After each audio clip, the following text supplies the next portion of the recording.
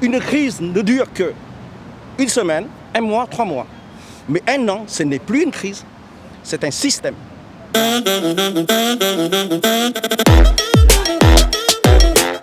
Bonjour à tous, bienvenue sur la chaîne Tourner en rond. Aujourd'hui, un petit micro-trottoir pour savoir si les gens sont pour ou contre le vaccin contre le Covid-19. Et s'ils sont contre, pourquoi les Français sont-ils aussi réticents à l'idée de se faire vacciner? Allez, c'est parti. Pour le moment, je suis contre. Pourquoi? Parce que pour le moment, on n'a pas assez de recul. Donc je sais que c'est ce qui peut ouvrir un peu les perspectives de mieux vivre après. Mais je trouve qu'on n'a pas assez de recul pour le moment, ni en France ni ailleurs. Donc voilà, ça me refroidit un peu. Donc comme je ne suis pas en nécessité, ni dans les personnes à risque, je suis contre pour le moment.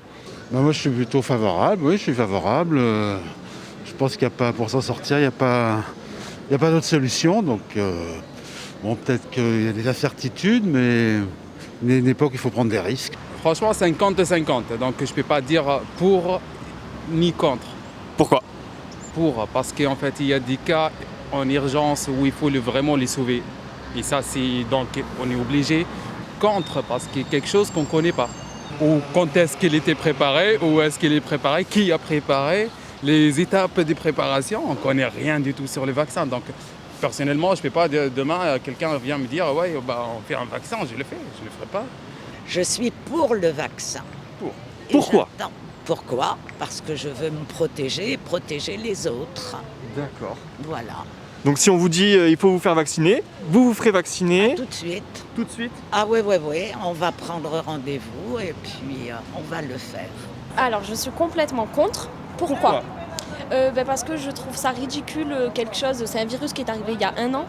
Ça fait maintenant 1 an. Ouais. Et puis, je trouve ça ridicule qu'ils l'ont trouvé aussi facilement. Le vaccin de la grippe, ils ont mis 40 ans à le trouver. Donc, après, c'est sûr, avec la technologie et tout, maintenant, on n'a pas les mêmes moyens. Mais je suis contre. Je suis contre. Contre? Pourquoi? Pour moi, c'est une fumisterie cette histoire, parce que vous regardez un peu ce qui s'est passé pour les vaccins H1N1, rappelez, ils ont fait acheter des tonnes, et là on s'aperçoit que la plupart des gens ne vont pas être vaccinés parce qu'ils n'ont pas eu leur dose de vaccin adéquat. Moi, je suis pas trop pour. Pourquoi? Parce que il y a plein de gens qui disent que ça va modifier ma tête, que c'est pas quelque chose de bon pour le corps et tout ça. Eh bien, écoutez, avant j'étais contre le vaccin et là maintenant je pense que peut-être je me ferai vacciner parce que je sens bien qu'il va y avoir une obligation qui se mettra en place dans les mois à venir pour vivre, on va dire, normalement et avoir accès au voyage et peut-être au transport en commun et tout ça. Je suis contre pour l'instant parce que je trouve qu'en 1 an ça a été fait très rapidement et que je pense que c'est pas... Même si la médecine est très avancée, c'est quand même risqué de se faire vacciner au jour d'aujourd'hui. Pour, oui, pour. Mais pour l'instant, on laisse un peu un certain temps, le recul, pour observer. Parce qu'il y a beaucoup de produits sur le marché en tant que Pfizer, Moderna, etc. À titre personnel, moi je suis contre. Après, encore à titre personnel, je suis pour que les autres le fassent avant moi, pour voir un peu, on va dire, pour être très franc. Avec tout ce qui s'est passé récemment, on n'a plus confiance. On nous dit blanc un jour, noir l'autre. Alors pourquoi pour un vaccin ça ne marcherait pas la même chose? Pourquoi est-ce qu'aujourd'hui on ne nous dirait pas le vaccin il est bon et puis dans 15 jours, non en fait il n'est pas bon? Moi je suis pour. Je pense que ça ne sera pas plus mauvais que le vaccin pour la grippe. Voilà, okay. Moi c'est mon avis après. Voilà. Donc pas de crainte particulière par rapport au... Je me languis d'être vaccinée, mais je pense que c'est pas encore pour tout de suite. Ma grand-mère de 80 ans, elle-même est réticente à se faire vacciner et pourtant on l'incite, elle est influencée par ses médecins. Donc c'est vrai que quand on n'est pas du corps médical, c'est un peu compliqué, on entend un peu tout et n'importe quoi. Donc oui, je comprends totalement la réticence des gens. Elle est infirmière aussi, les médecins, tout ça, c'est eux qui travaillent, voilà. Donc personnel médical, personnes âgées, ouais. Et vous après? Voilà. Pour l'instant, vu que c'est pas trop obligatoire, je préfère ne pas le faire et attendre un peu, surtout qu'il y a le variant du Covid aussi qui arrive. Donc dans le vaccin, il n'y a pas le variant du Covid qui est inclus, donc pour l'instant, je préfère pas. En France, on a tous les moyens et on n'arrive même pas à gérer ça. Mais c'est pas possible. On a tous les moyens. Si vous devez faire vacciner, ce sera oui pour vous? Oui, mais un peu plus tard. Pas pour l'instant. En 2022? Non. Avant? Bientôt. Je pense qu'ici, de 3 à entre 3 à 5 mois à peu près. 5-6 mois en fait. Si on vous demande de vous faire vacciner, vous dites non? Non, c'est clair, je dirais non. Je dirais non. Si ça devient obligatoire? Eh ben, ils pourront toujours essayer de me chercher. Ce qui m'a aussi poussé, c'est que mon père m'a dit que finalement, lui, qui a 74 ans, il se ferait peut-être vacciner. Donc je me dis que voilà, il va peut-être falloir passer par là pour avoir une vie normale. Si on vous dit demain vous faites vacciner, il n'y a pas de souci pour vous? Non, il n'y a pas de souci. Ok. Il n'y a pas de souci. Magnifique. Merci monsieur, bonne journée. Si ça devient obligatoire. Je ne le ferai pas. Ok.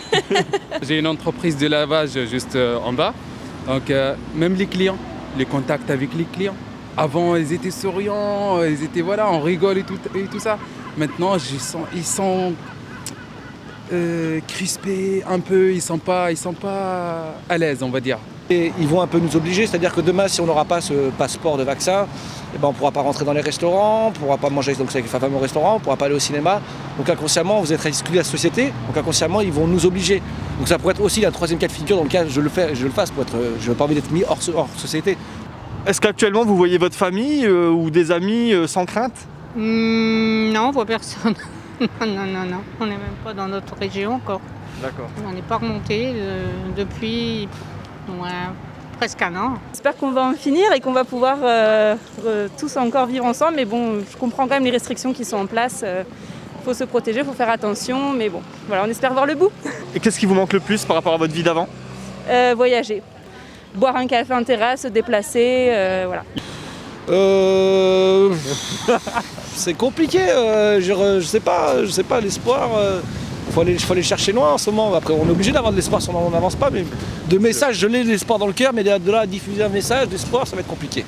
J'espère vraiment l'été prochain, on pourra profiter tranquille et comme jamais. Et j'y pense, et vraiment, je croise les doigts. Et voilà, je suis optimiste là-dessus. Abonnez-vous à la chaîne, les gars. Abonnez-vous à la chaîne. C'est très important ça. Lâchez des pouces bleus. Pouces bleus. Commentez, partagez. C'est eux qui font ma pub. Voilà, cette vidéo est terminée. Si elle vous a plu, n'hésitez pas à la partager, à vous abonner. N'hésitez pas également à mettre en commentaire un sujet que vous aimeriez qu'on traite. On se fera un plaisir de le faire sur le prochain micro-trottoir. En attendant, je vous souhaite une très bonne journée et à bientôt pour une nouvelle vidéo. Ciao.